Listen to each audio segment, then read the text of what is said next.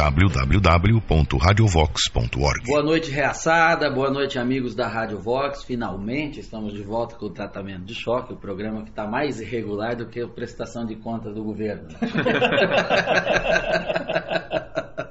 Tá difícil a gente cumprir a agenda, mas sempre que possível faremos, temos que fazer um esforço maior aí para isso. Hoje o programa aqui está sendo realizado da Livraria Danúbio, mais um bunker reacionário aqui em Curitiba. De algum lugar a gente tem que ter segurança para poder realizar esse tipo de coisa, essa conspiração. Porque no Brasil hoje é assim, se juntam 3 reaças, a esquerda já acusa uma conspiração. Aqui está ao meu lado o Fred e o Diogo Fontana, então corremos um certo risco. Vou começar o programa falando aqui de uns avisos para vocês. A Vide Editorial é uma editora que vem fazendo um trabalho muito bom, está trazendo ao mercado brasileiro algumas obras fundamentais sobre política, filosofia e religião. Está lançando o livro Mentiram, abre parênteses, e muito, para mim, de autoria do engenheiro Flávio Quintela. Flávio é um cara muito bacana, tive o prazer de conhecer aí. Ele, além de engenheiro, é tradutor, é colaborador do site Mídia Sem Máscara. E também é um dos malucos que ouvem o tratamento de choque. Já deixo aqui o meu abraço para o Flávio Quintela, que é o meu parceiro também, e vocês vão entender por que já. O livro é muito interessante, tem prefácio meu, é por isso que eu estou dizendo que o Flávio é um maluco que ouve este programa, mas escreve muito bem. Eu disse para ele: Flávio, você escreveu o livro que eu gostaria de ter escrito. Mentiram para mim, ele ataca um monte de verdades aí que permeiam o dia a dia de quem acompanha a política nacional, de quem está começando a querer entender, e é uma iniciativa sensacional que, se o livro conseguir ser disseminado, vai dar um impacto, vai fazer diferença. E também tem a orelha escrita pelo grande Rodrigo Constantino, que já aí goza do ódio de muita gente que não presta, o que demonstra o quão bom o trabalho que ele vem realizando. Serão feitos 3 eventos de lançamento, um no dia 1º de abril, que é um dia que não poderia ser em outra data para esse livro, é um livro sobre mentiras. Então, dia 1º de abril, maravilhoso, na Livraria da Vila, em Higienópolis, no dia Higienópolis, São Paulo, No dia 5 de abril, um sábado, a partir das 15 horas, aqui em Curitiba, aqui na Livraria Danúbio, o nosso bunkerzinho, e vai bombar. Aqui sempre bomba também, né, Diogo? É verdade. Essa Curitiba tem uma vocação reaça que é bonita de ver. No dia 8 de abril, em Campinas, na Livraria Cultura. Vale a pena prestigiar a editora, prestigiar o autor. São uma empresa e um autor, uma pessoa que está tendo uma iniciativa, e partir para o confronto a gente não pode abandonar, não. O livro ficou bacana, o Flávio fez um trabalho de fato interessante, ele desbanca aí algumas das principais mentiras, como eu já disse, que toda uma geração de brasileiros que tem aí pelo menos de 40 anos, cerca de 40 anos, tem ouvido desde criança na escola, na TV, na imprensa, a empregada, enfim, está todo mundo falando essas coisas. É um trabalho importante, pode significar uma porta de saída dessa miséria cultural brasileira que a gente conhece. É um livro bom para dar de presente também. É sempre bom dar um livro de presente, desde que o presenteado goste de ler. Eu realmente recomendo esse livro, é verdade. Eu fiquei muito surpreso assim, pela sacada que o Flávio teve de atacar essas questões. E sim, um livro que vai fazer a diferença. Eu peço para quem tiver disponibilidade, compareça a esses eventos de lançamento, não vão estar perdendo tempo, não. Vão participar de uma coisa que é bastante importante aí para nosso momento, nosso momento político e cultural. Mais informações na nossa fanpage, no Facebook, ou também no site da www.videoeditorial.com.br. Outro lançamento que está para ocorrer é o livro de contos A Vida é Traição, de autoria do escritor paranaense, também curitibano, o Luiz César de Araújo. O livro é a estreia editorial da Livraria Danúbio. Estamos começando, o nosso bunkerzinho começa a querer dar um passo além. Se forem deixando, a coisa pode ficar ruim. Teve 100%, olha só que legal isso. O livro teve 100% de recursos levantados através do crowdfunding. Enquanto um exército de artistas aí, o Bicho Grelo, o pessoal da barbinha e da camisa xadrez, fica sugando o Estado, mamando nas tetas do governo, aqui a gente foi atrás de recursos privados e conseguiu viabilizar essa publicação. Fique aí um bom exemplo. Você explica direitinho o que é o crowdfunding, Diogo? Acho que é importante. O crowdfunding é financiamento coletivo, é uma prática que já tem nos Estados Unidos há algum tempo e que agora está começando a se disseminar no Brasil. Basicamente você monta um site, monta uma página, um site de crowdfunding e espalha nas redes sociais o projeto. Você monta um projeto e coloca no site e espalha nas redes sociais o link pedindo contribuições para as pessoas para viabilizar aquele projeto.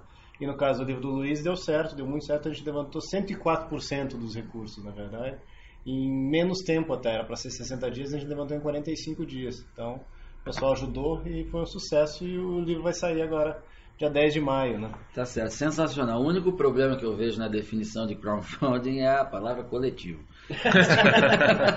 Financiamento individual coletivo. Vamos dizer assim, conjunto de iniciativas individuais. Mais uma vez eu quero reforçar aqui um aviso para que curtam a nossa fanpage, para se inscrever também no nosso canal no YouTube, também para curtir a minha página, a página do Paulo Eduardo Martins. Eu resolvi deixar de ter apenas um perfil no Facebook, criei uma página também, que está ali engatinhando. Eu tenho 5.000 amigos no Facebook, só 1.000 e pouquinhos curtiram, ou seja, tem traíra na minha lista. Eu vou caçar todos. Na verdade, coloquei a página assim, sem muito planejamento, na sexta-feira, e está indo bem. Mas eu espero que mais amigos curtam, né? Sempre bom. Mas o tratamento de choque de hoje, nós vamos falar, o assunto da semana, o assunto dos próximos dias é esse. Golpe de 64, 50 anos depois. Por que resolvemos falar desse assunto? Porque aí já estamos há 15 dias só do aniversário do golpe ou do contra-golpe. Contra-golpe, sem dúvida. Contra-revolução. Eu acho que o nome mais apropriado, o termo mais apropriado é contra-golpe, porque foi a antecipação de um golpe que a esquerda preparava, claramente. Isso é factamente documentado. Então, o termo correto, eu acho, apesar de que isso é amplamente discutível, normal também. Sim. Não é nenhuma adesão a uma coisa ou outra ao pessoa usar golpe 64. Eu acho que não é tão relevante essa questão. Mas vamos esclarecer um pouco as coisas, né, como aconteceram 50 anos atrás, mostrar o que temos de parecido e de diferente com aquele cenário. Hoje, a nossa cena. Porque, de fato, há um confronto acontecendo. Confronto não. O confronto implica em duas forças até equivalentes. Aqui não é o caso. Há uma estratégia de tomada de poder da esquerda, de tomada total do poder pela esquerda, que a gente conhece bem. No Facebook, foram criados vários eventos para o próximo dia 22 de março, como se fosse uma reedição da Marcha da Família com Deus pela Liberdade. Olha, eu entendo, o Diogo, o Frederico, a gente estava conversando aqui, nós entendemos a motivação das pessoas que estão organizando isso. Realmente ninguém mais aguenta o desmando desse governo comunista, ninguém aguenta, nada funciona na cidade, é um caos urbano, roubalheira, bandidagem, criminalidade, putaria, crescimento de tráfico, drogas, sucateamento do país, tudo, nada dá certo mais. Ao mesmo tempo, com toda uma propaganda humilhante, propaganda ufanista, como se tudo estivesse bem, como se o país fosse um portentado de prosperidade, que não é, né? Há uma realidade que a gente vê confrontada, que essa propaganda não diz a verdade. Ou seja, as coisas decaem, nós somos bombardeados com publicidade dizendo que está tudo legal, que é uma mentira. É que aí a gente fica muito incomodado mesmo. Então isso torna completamente compreensível a organização aí de uma marcha. Mas acontece um problema, né? A história não se repete, não é bem assim. Não tem como se repetir, não há esse mecanismo de volta. Nos 50 anos esse Brasil mudou tanto politicamente, estruturalmente, legalmente, culturalmente, principalmente culturalmente. E acho que esse é o grande ponto do problema todo. Então a gente vai tentar comparar aí os cenários para primeiro procurar compreender, e segundo, para mostrar, tentar provocar os envolvidos nisso e quem está disposto a lutar, a fazer algo, a não incorrer alguns erros. Até para organizar melhor, para que o pessoal não caia em anacronismo, né? Para pensar o Brasil de hoje como o Brasil de hoje, e não achar que o remédio de 64 serve para a doença de 2014, né? Exatamente, até porque a doença está se manifestando de forma diferente. Então temos que fazer historicamente, né? Antes disso, há tentativas anteriores, né? Você quer falar a respeito, né, Diogo? Vou explicar um pouco o comunismo, dar um contexto rápido, né? Antes de 64, o que aconteceu? A pessoa tem que lembrar que antes de 64, a primeira investida real dos comunistas no nosso país, a primeira tentativa de tomar o poder foi em 35, na infame intentona comunista, liderada pelo igualmente infame Luiz Carlos Prestes, né? Foi realmente a primeira vez que eles tentaram controlar o país, deu errado, a tentativa de golpe deles foi sufocada, e uma coisa que é curiosa é que a gente vê os comunistas atuais chamando qualquer tipo de oposição de golpista. Lá em 1935 os golpistas eram eles, né? Eles que tentaram dar um golpe militar contra o governo Getúlio Vargas. O governo Getúlio Vargas já era golpista em si, né? Porque o Getúlio tinha perdido a eleição em 1930 e ascendeu ao poder através da Revolução de 30. Rasgou a Constituição e depois fez um simulacro. E os comunistas tentaram tomar o poder desse regime getulista lá em 1935. E teve um embrião de guerra civil ali. Foram 3 ações simultâneas no Rio de Janeiro, em Natal e em Recife. E no Rio de Janeiro, dentro do quartel, os uma adesão de parte de Forças Armadas. Armadas. Das Forças Armadas, exatamente, parte das Forças Armadas. No Rio de Janeiro, eles começaram a ação de madrugada, matando os militares que não eram comunistas, matando os patriotas durante o sono, covardemente. Eles acordaram de madrugada, mataram os opositores e tentaram controlar a cidade dessa forma. Em Recife, no Rio de Janeiro, foram sufocados com rapidez. Em Recife e Natal, o negócio durou mais, e Natal chegou a dar 2 dias de tiroteio de guerra mesmo, de barricada. Conflito aberto. Conflito, e morreu gente, morreram algumas dezenas. Até no Rio de Janeiro tem um monumento àqueles que caíram defendendo o Brasil contra a intentona comunista de 35, liderada pelo Prestes. Ou seja, a ideia, o movimento, sempre financiado por fora, pela União Soviética, desde 35 já. Então veja, de 35 a 64, você havia um movimento já ousado a partir para o confronto, arquitetado, sendo estudado e pensado e fomentado em 30 anos. E a intentona começou a ser fomentada antes, inclusive, evidentemente. Com a marcha do Prestes lá no final dos anos 20. A coluna Prestes, que já foi o começo dessa ação. E só pra gente lembrar também, a gente até comentou no programa passado, retrasado, que o Partido Comunista Brasileiro foi fundado logo depois da queda do Getúlio em 45. Ele foi refundado. Ele tinha sido fundado em 22. Eles tentaram colocá-lo na legalidade em 46, e o Supremo, que na época era composto por pessoas de outra estirpe, baniu o Partido Comunista Brasileiro, com razão, porque era um partido golpista, né? Sim. Naquele momento o cenário cultural permitia isso, né? Hoje ninguém acharia ruim ou acha ruim a impossibilidade legal de se criar um partido nazista. Sim, ele é ilegal e tem que ser. Não dá, e tem que ser. Os comunistas também se enquadram na mesma coisa, mas hoje culturalmente é impossível fazer isso. Ninguém vai entender. Essa é a gravidade da coisa. Então, naquele momento, os comunistas depois recuaram e tentaram reagrupar, né? Durante o Estado Novo, no governo Vargas, na ditadura Vargas, vamos deixar claro também que esse também era um ditador nefasto que matou gente, arrebentou com o país. Ele realmente perseguiu os comunas, sufocou e tal. Eles voltaram a ter importância, voltaram a conseguir se reagrupar e ter algum volume, capacidade de organização nos anos 50. E o negócio começou a crescer bastante, né? Em seguida aí a gente tem o governo Jânio Quadros. O Jânio Quadros foi eleito em 61, não me engano. Governou por alguns meses, renunciou. E aí tem um ponto importante, muito importante, que é chave nessa questão inteira. A legislação eleitoral na época era horrorosa. O Jânio Quadros as pessoas votavam no presidente e no vice. Pouca gente sabe disso. Sim, de partidos diferentes. E aí você podia eleger um vice da esquerda Um cara da situação e um cara da oposição. E um cara da oposição para ser o vice. Então você já criava ali um conflito de bastidores ou uma possibilidade de guinada na direção do país total na ausência do presidente eleito. Né? Então faziam-se a campanha até casada, mas o voto era separado. Então o Jânio Quadros era um candidato mais do campo conservador, tendo vice o Milton Campos da UDN, ex-governador de Minas Gerais, né? E o João Goulart fazia campanha com o Marechal Lott. Não me lembro. Realmente não lembro. Me fugiu agora. Sendo um homem de esquerda completamente. Aí houve aquelas patifarias de comunicação e criaram criaram uma ficção chamada Janjango.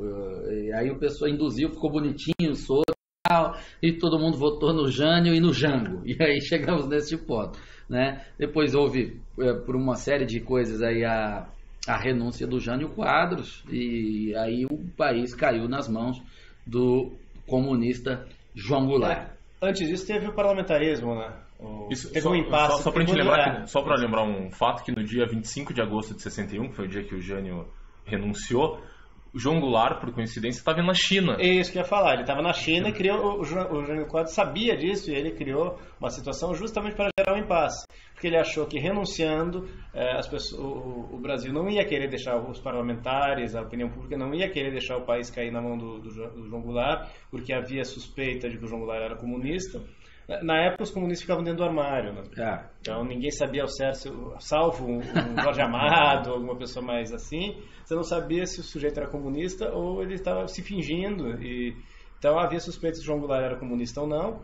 O Jânio Quadros achou que renunciando iam chamá-lo de volta para não ir conferindo mais poderes. Só que a renúncia dele deu errado e ninguém chamou-o de volta, e o grande impasse ficou se o João Goulart ia assumir como presidente ou não. A saída que inventaram foi transformar o país a toque de caixa de presidencialismo e parlamentarismo para que o João Goulart assumisse, mas não governasse.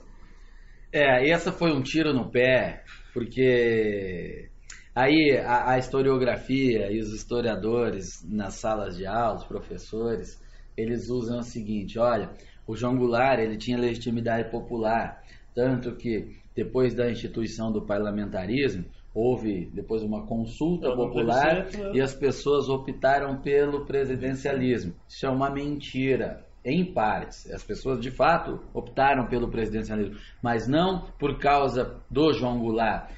Fizeram exatamente pelo contrário. Na época, você tinha vários candidatos a presidente, potenciais candidatos a presidente. Então nenhum quis trabalhar pelo parlamentarismo. Você tinha o Carlos Lacerda, o Juscelino, né, os próprios anteriores, Lott, todo mundo querendo ser presidente. Então ninguém queria. Se fosse instituído o parlamentarismo, esses caras estariam fora do jogo ali. Estariam jogando contra eles mesmos. Contra eles mesmos, eles trabalharam contra. Então, ou seja, nenhuma liderança significativa trabalhou pelo parlamentarismo. Até porque estavam pensando no calendário eleitoral que tinha eleição para 65 já. Exato. Estava todo mundo preparado para a eleição para presidente. Exatamente. E a história do Brizola, né, que também foi o líder que se destacou no momento e era cunhado do João. O Brizola comunista. O Brizola abertamente comunista, isso aí não há dúvida. O João Goulart a gente já pode questionar se ele era realmente um comunista de convicção ou se ele estava no barco junto por oportunismo, por populismo. Realmente eu não tenho claro isso dentro da minha cabeça. Agora o Brizola não tem dúvida. O Brizola já estava falando em luta armada lá por 661, sempre quis dar um golpe comunista no Brasil. Isso. Aí, que fique claro, já está clara a confusão do cenário. Não é? Você tem um presidente que renuncia, um vice da chapa do presidente, mas que foi escolhido pelas pessoas, depois um parlamentarismo que ninguém trabalhou dele, e a suspeita de movimentos comunistas se manifestando para todo lado. E aí que surgiu a marcha de 64, né? As marchas, na verdade. Aí que está o primeiro engano aí de quem está organizando o evento do próximo dia 22, da Marcha pela da família com Deus pela liberdade. Uma coisa importante, voltando um pouco ali ao governo Jango, é falar do caos que o país mergulhou depois que o Jango assumiu como presidente de fato, né, com poderes presidenciais. Ele anunciou, inclusive, várias reformas de linhagem comunista. Sim, ele comprou a pauta. Todas as chamadas reformas de base que os professores de história vendem como uma coisa maravilhosa, reforma agrária, etc e tal, Ataque à propriedade. eram reformas, era a pauta do Partido Comunista sendo implantada através do João Goulart. E foi isso, essas reformas comunistas, conjugadas com inflação e crise econômica, que despertaram o país contra o governo João Goulart. Que as pessoas se revoltaram contra aquilo, né?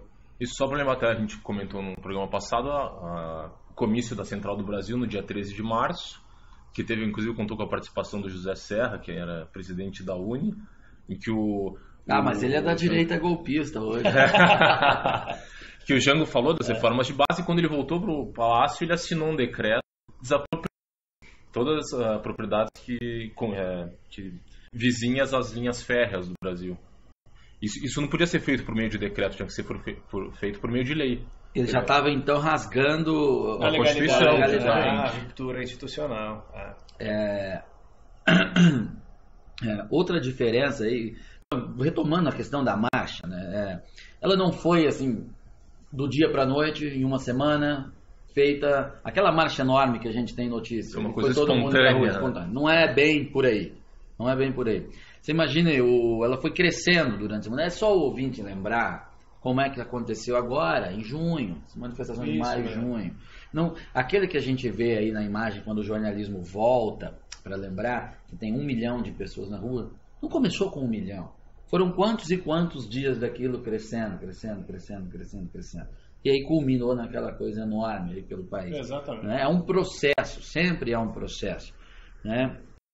O ouvinte... veja, para você colocar centenas de milhares de pessoas nas ruas do país, há 50 anos atrás, como é que era? Hoje, toda a comunicação que nós temos foi um processo de dias. Imagine naquele período.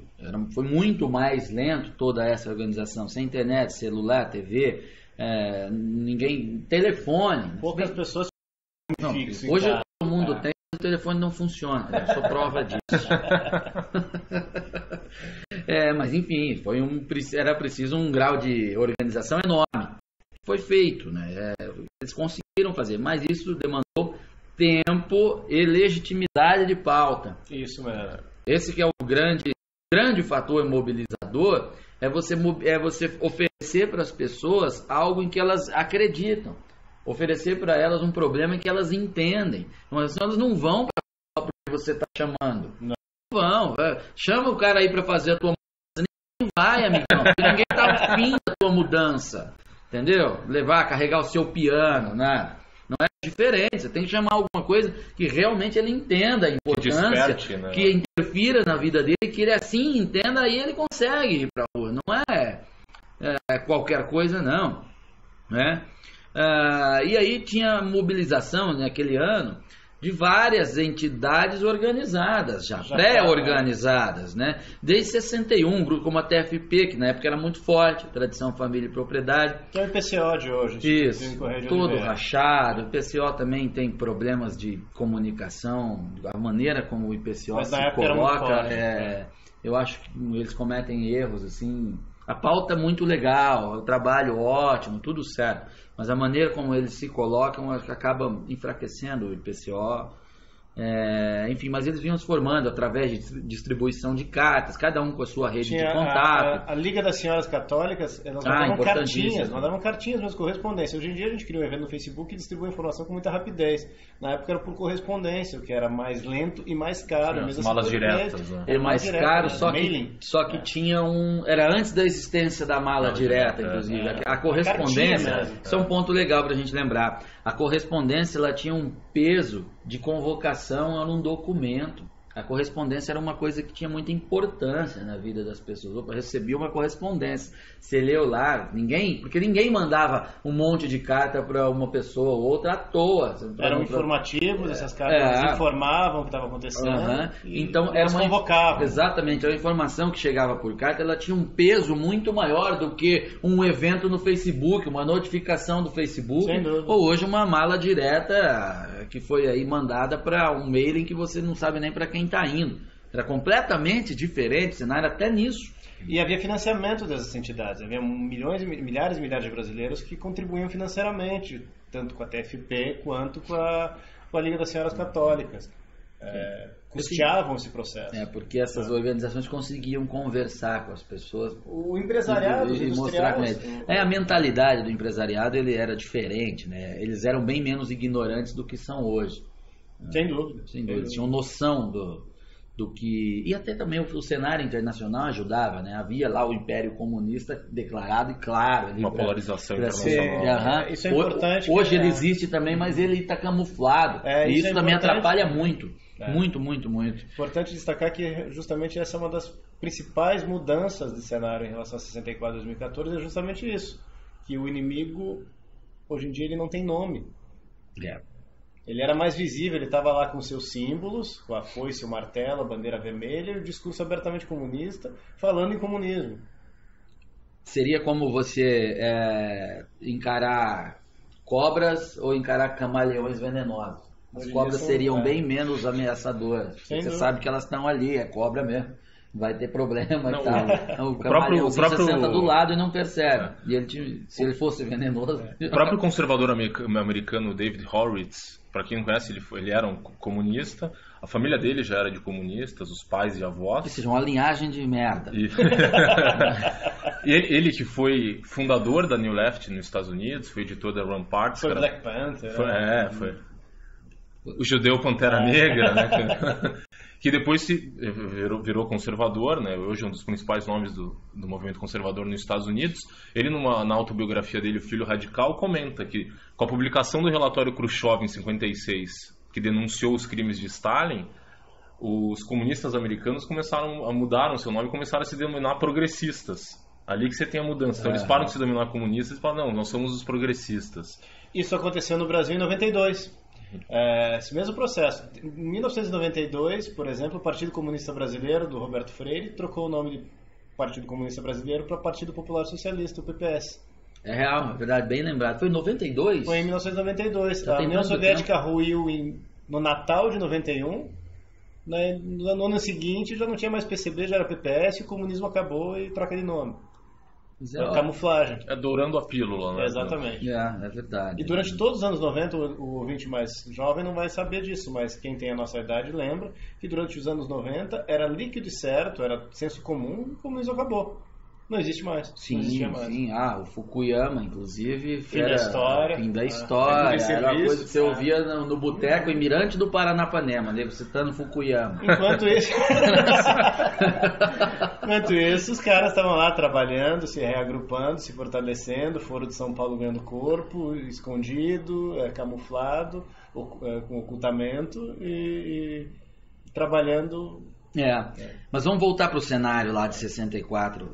A esquerda se organizava muito forte, já citamos isso, e na linha de frente ali de confronto, acho que a primeira organização deles foram as ligas camponesas. Francisco Julião. Isso mesmo, com colaboração do Miguel Arraes, o avô do Eduardo Campos. O avô do Dudu Olhos Verdes, esse homem que o socialista, o comuna... sedutor que vai combater o PT, segundo a imprensa brasileira.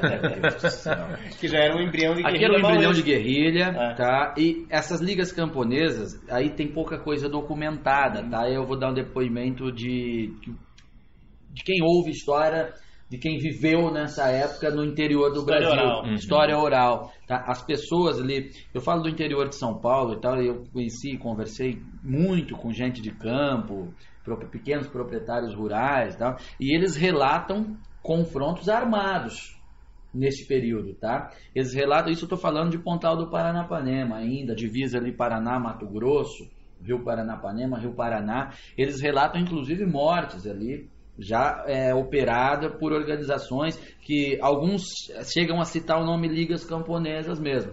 Outros não sabem dizer, eles só sabem que eram os comunistas que estavam tentando tomar propriedade. E as Ligas Camponesas, elas recebiam apoio direto de Cuba, ou seja, soviético. Sim.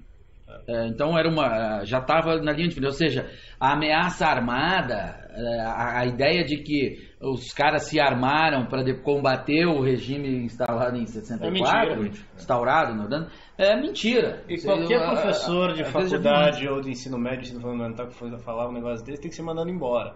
Porque ele é um farsante. Então tem que mudar, tem que acabar com isso. É uma coisa engraçada, até que tem que acabar com todas as aulas de história, todas as escolas brasileiras. O José Serra publicou um artigo agora, no dia 9 de janeiro, no Estadão, falando dos eventos ali pré-64, que ele foi um participante ativo de toda essa articulação do Jango e tal, e dizendo que não existia movimento guerrilheiro pré-64 no Brasil. Só que ele cita o caso do Francisco Julião com as Ligas Camponesas. Quer dizer, ele se desmente no próprio ato. O Zé Serra, Cepalino, ele não consegue fugir da cadeia mental em que ele é preso, entendeu? Então ele repete algumas coisas. Apesar de ser um homem inteligente, tal, mas nesse ponto aí, ele repete algumas coisas sem nem raciocinar. Tá vendo? Se o cara raciocina minimamente, ele não pode dizer o que disse. Sim. Né?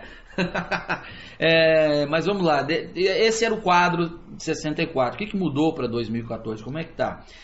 O inimigo hoje, eu acho que ele é mais forte, todo mundo concorda com isso, né? Os comunistas do PT, que é isso que eles são, eles já estão governando o país desde 2003. A esquerda já chegou no poder com o FHC, 95, eleição de 94, e já influenciava o governo Itamar antes.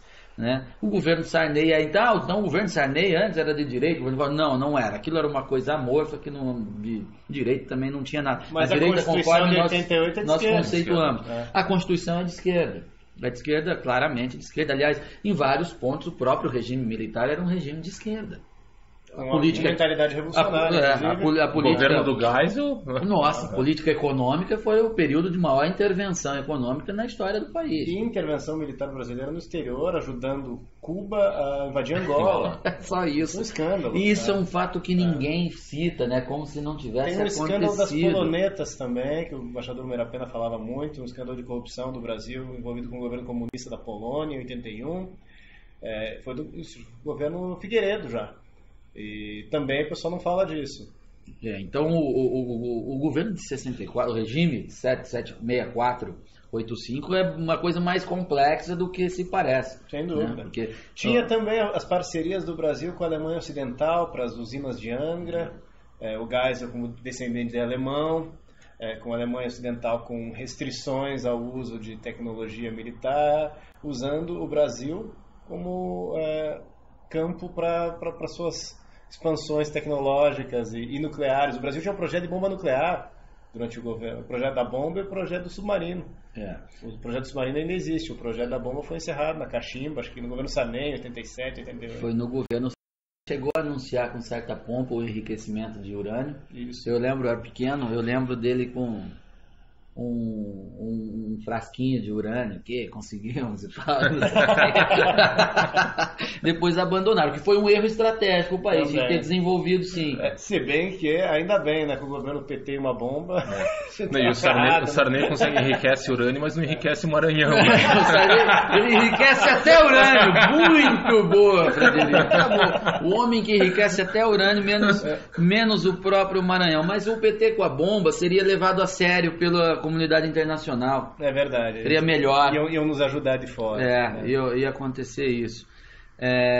Qual que é o ponto que nós estamos? Enfim, hoje o inimigo, a petezada, toda essa vermelhada, eles não dizem o nome, eles não se assumem declaradamente comunista. Só quando peça para eles xingar o Fidel Castro, eles não conseguem. É o teste. Fala, Fidel Castro é canalha. Não, ele não consegue fazer isso. Mas ele não se assume, não é mais uma marca que ele quer vender. Eles não querem se vender como comunista. Em 64, não. Em 64 eles se vendiam mesmo como comunista. Você pega os discursos do PT interno, ele se diz as forças democrático-populares. Né? Sempre tem isso, né? Então, como ele é uma espécie de camaleão, fica difícil surgir a outra força que o confronte. Vai confrontar o quê? Confrontar o quê? Se eles são simplesmente um partido, entre aspas, legítimo e democrático. Sim, a imprensa trabalha com simpatia com eles, boa parte dela, né? Não vou falar imprensa, dá a impressão que você é o coletivo da imprensa reunido pensando. Não é assim, é aquela questão cultural que forma os jornalistas e eles são simpáticos a essas coisas. E as forças políticas são totalmente destruídas. A força de direita não surge, não existe nenhuma liderança, ao contrário do que havia em 64, quando você tinha o Carlos Lacerda, tanto fazendo a linha na imprensa, como também como liderança política mesmo. E o Carlos Lacerda era maravilhoso na verborragia, cometeu os seus erros e tal, tinha lá o seu modo, você pode questionar o teu modo de fazer política, mas o Lacerda ia pro pau, entendeu? Mesmo porque ele conhecia os comunistas melhor do que ninguém, porque ele próprio havia sido comunista na juventude. Foi comunista, né? Família comunista também. O exemplo do Carlos Lacerda é interessante. Eu trouxe aqui o áudio do Carlos Lacerda no dia 31 de março de 64, na véspera do contragolpe, discursando no Palácio da Guanabara, com uma metralhadora na mesa dele. Provavelmente uma metralhadora INA. E é interessante a gente reproduzir um pouquinho. O áudio não vai ficar muito bom, mas está na fanpage do tratamento de choque o vídeo completo do YouTube que tem esse áudio. Isso. É interessante para o ouvinte ver como o discurso do Carlos Lacerda era realmente com um tom muito mais veemente do que a nossa oposição tem hoje, e para ter noção de como a ameaça comunista era verdadeira, real, não era nada pequena mesmo. Vamos lá.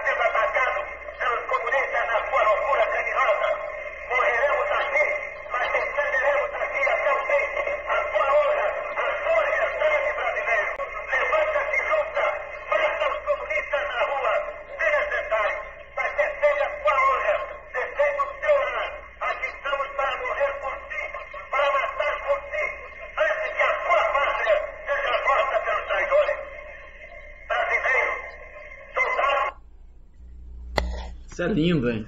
É uma amostragem mostrando a situação, dizendo que o Palácio da Guanabara está sendo atacado por comunistas nesse momento. A gente está aqui armado e a gente vai defender o país. E tem a imagem dele na internet com a metranca em cima da mesa. É assim. A coisa isso não ensina na escola. Isso não ensina na escola. Ensinam que o Lacerda era um cretino. Isso ensinam. Ensinam bastante. Que eu ouvi isso. Eu tenho alguns amigos historiadores, outros que já não são mais amigos meus, e que fazem questão de ensinar isso e disseram isso na minha cara, inclusive. Então era muito mais claro, né? Isso resolve. Sempre que você tem clareza da situação, é melhor. Você tem o diagnóstico. Você tem diagnóstico, perfeito. Hoje não tem. Hoje o inimigo está aí no Estado, controla o governo federal, que tem muito mais poder do que na época, tem mais dinheiro, é tudo mais centralizado, tanto a questão tributária quanto legal. Tem mais recursos tecnológicos do que há 50 anos atrás. O federalismo era um pouco diferente hoje, tinha mais autonomia naquele período. Hoje não. A imprensa, com toda a verba estatal que eles têm... A quantidade de jornalistas filopetistas mais a verba estatal de publicidade é um controle indireto de boa parte da imprensa. E aproveitar aqui só para mostrar um pouco do clima da época ali de 64, eu vou ler para os nossos ouvintes o editorial do Correio da Manhã, que era o principal jornal brasileiro da época, o mais influente, que eles publicaram 2 editoriais, ficaram famosos, um em 31 de março e um em 1º de abril. O Correio da Manhã era do Rio. Isso, que era o Basta e o Fora, que foram redigidos, segundo dizem, pelo Otto Maria Carpo e pelo Carlos Vitor Coni. 2 homens de esquerda. 2 homens de esquerda. Então, mas não comunista. Eu vou ler só para os ouvintes terem uma noção esse editorial do dia 1º de abril. Fora.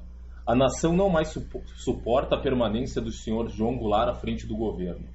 Chegou ao limite final a capacidade de tolerá-lo por mais tempo. Não resta outra saída ao senhor João Goulart que não a de entregar o governo ao seu legítimo sucessor. Só uma coisa a dizer ao senhor João Goulart: saia.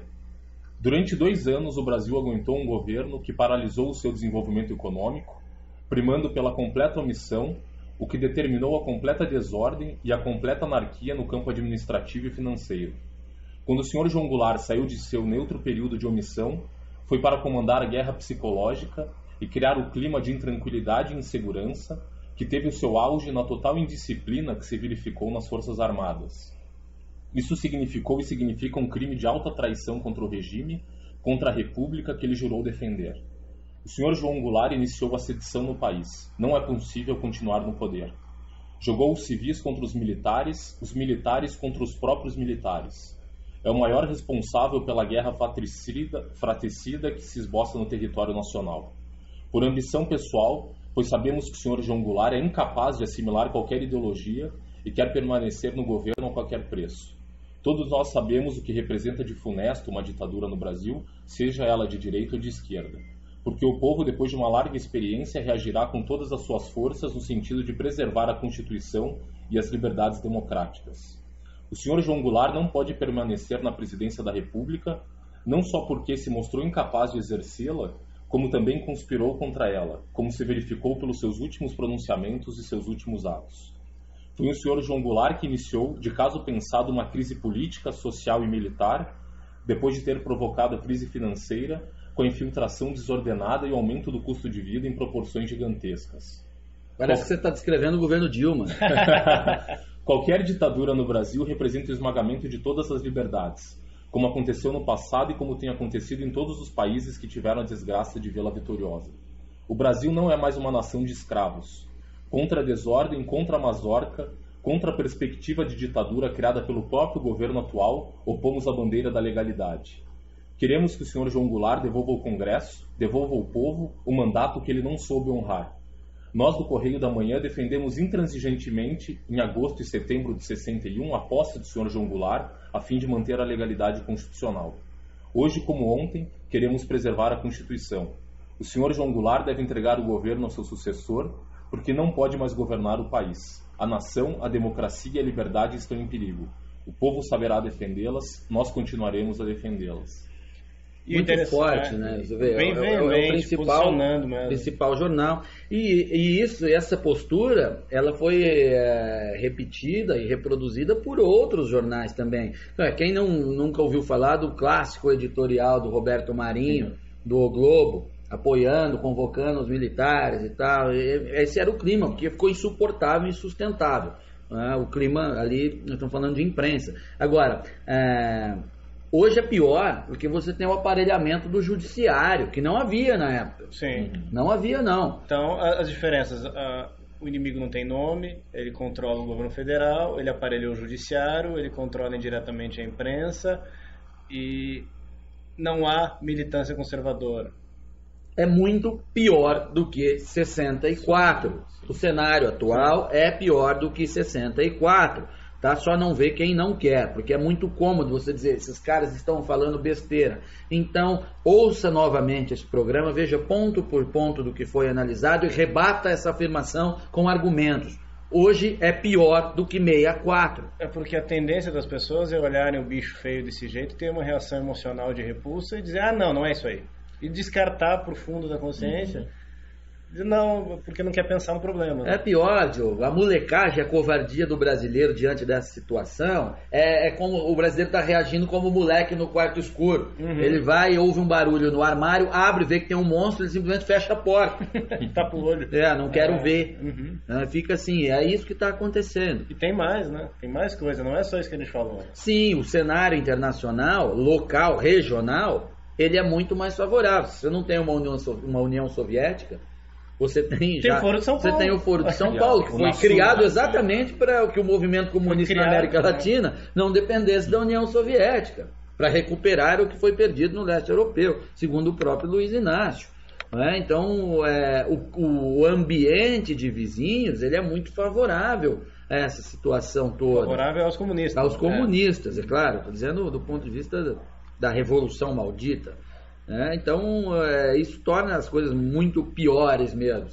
Nós estamos trazendo aqui fatos, é muito mais do que opinião. A gente só entrou nos pontinhos e levantou. Tem mais coisas que a gente, às vezes, nem somos capazes de alcançar e não estamos percebendo. Por exemplo, a estrutura das Forças Armadas, a cultura das Forças Armadas hoje. O que pensam os oficiais? Eu não sei. O preparo das Forças Armadas. O preparo. Treinamento. Em termos de material, eu sei, é nada, é zero. Só que para as Forças Armadas resistir a essa petezada aí, soldado desarmado resolve.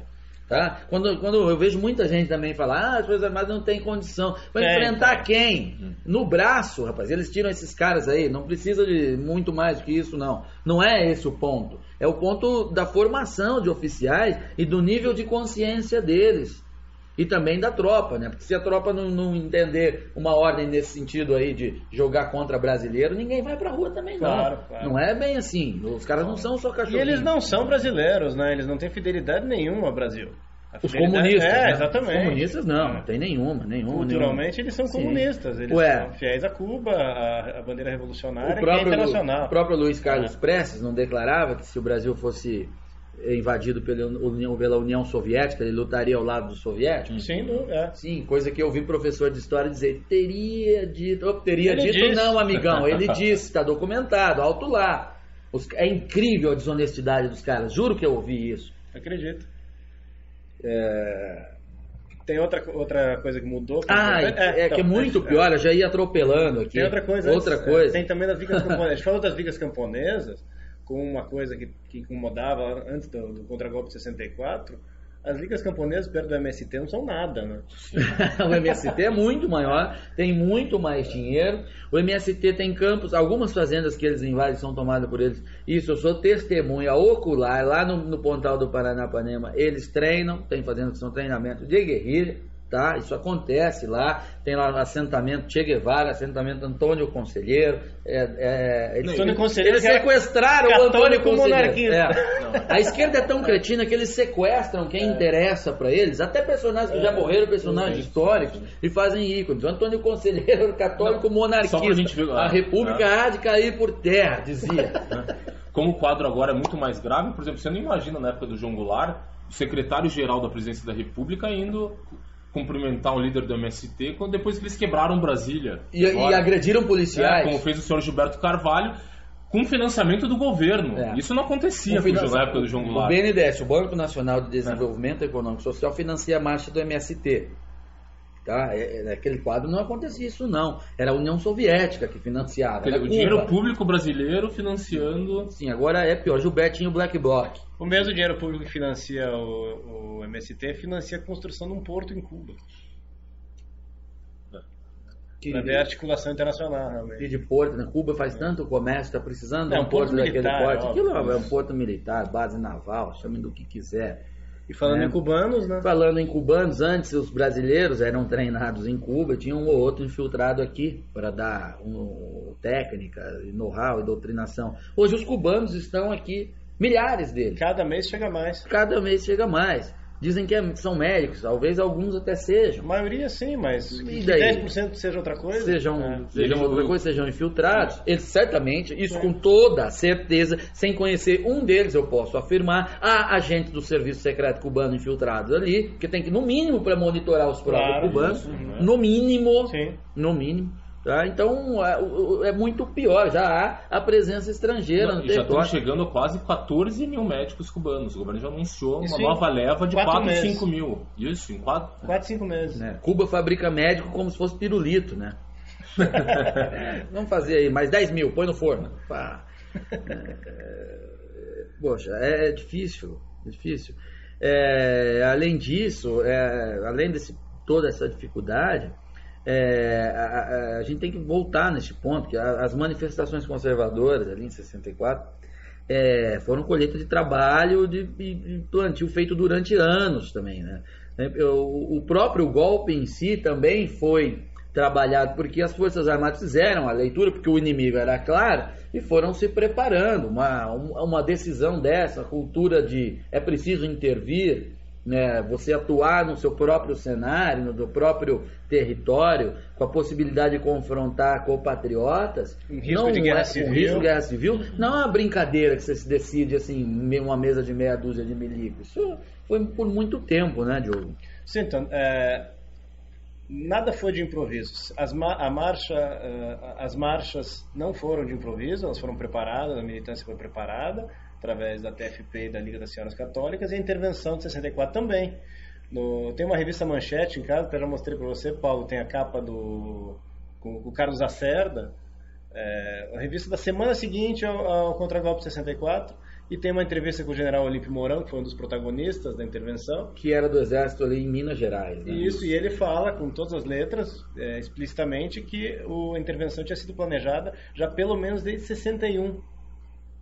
Então foram pelo menos 3 anos, de preparação da militância para que houvessem as marchas e de preparação dentro dos quartéis para que quando chegasse a hora, se fosse preciso, os militares viessem a intervir. Isso está acontecendo? Não sabemos.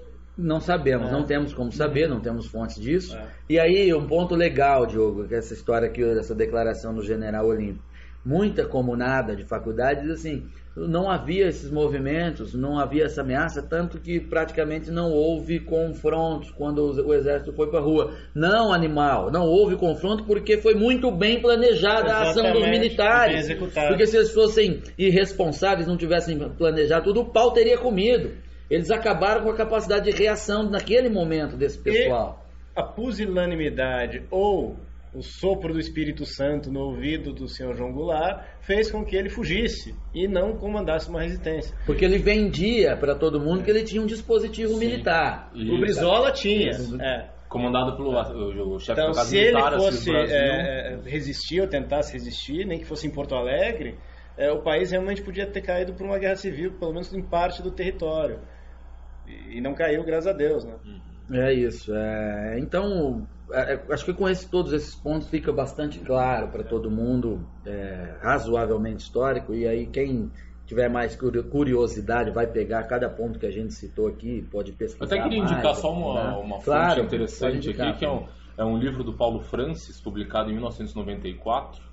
O Paulo Francis, na época do Contragolpe 64, era trotskista, era da esquerda e foi revendo seus posicionamentos. Todo mundo fez muita merda na vida, né? E ele publicou esse livro em 94 chamado 30 anos esta noite. 1964, o que vi. Tem umas considerações bem interessantes. Tem o livro do Vila que saiu também. Né? Esse eu não conheço, esse livro do Francis também, eu não conheço. Esse ano, agora em 2014, foi lançado um livro do Marco Antônio Villa, chamado Ditadura Brasileira, 64-85, a democracia golpeada à esquerda e à direita. É desse livro que você retirou o editorial do Jornal do Correio da Manhã, né? Correto. O Villa que vem fazendo um trabalho maravilhoso. Esses são os trabalhos que fazem a diferença, não é? É muito importante que seja divulgado e que a gente leia para procurar entender. Você tem mais algum recado, Diogo? Tenho. Falando sobre a marcha do dia 22, eu acho que o próprio nome é anacrônico, né? Tentando reeditar 1964. Tem tudo para dar errado essa marcha. Tem tudo para dar errado porque você está convocando as pessoas para combaterem um inimigo que elas não conhecem, não reconhecem a existência.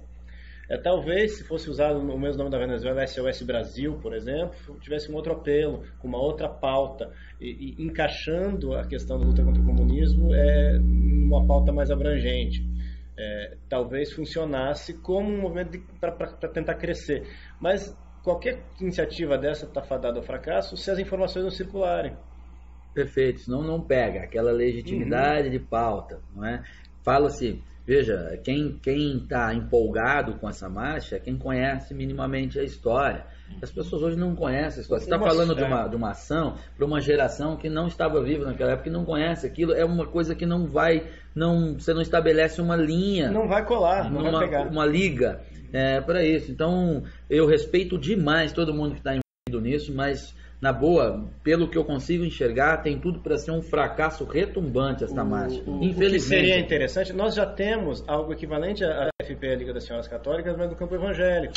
Os evangélicos têm capacidade de mobilização com as marchas para Jesus. Seria muito mais interessante fazer um trabalho de difusão de informação, explicando às lideranças evangélicas exatamente o que está acontecendo. O quão anticristão é esse movimento maldito? Esse movimento, quanto ameaça à liberdade religiosa e ao cristianismo no Brasil, seja ele evangélico ou católico ou ortodoxo, para que esses líderes possam futuramente usar essa rede que eles já têm pronta para tentar bloquear o avanço do comunismo. E dentro disso, a urgência de publicações a respeito do assunto.